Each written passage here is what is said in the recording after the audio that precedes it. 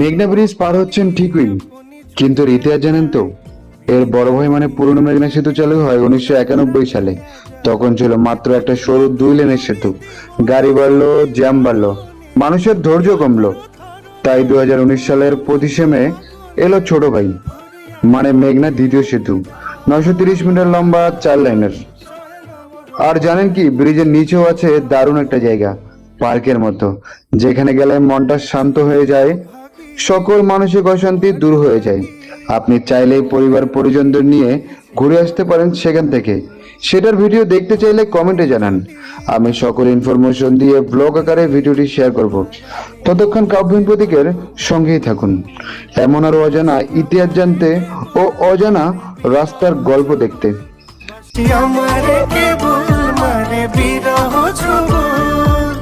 কেন কানা মাছি, কেন এত জ্বালা?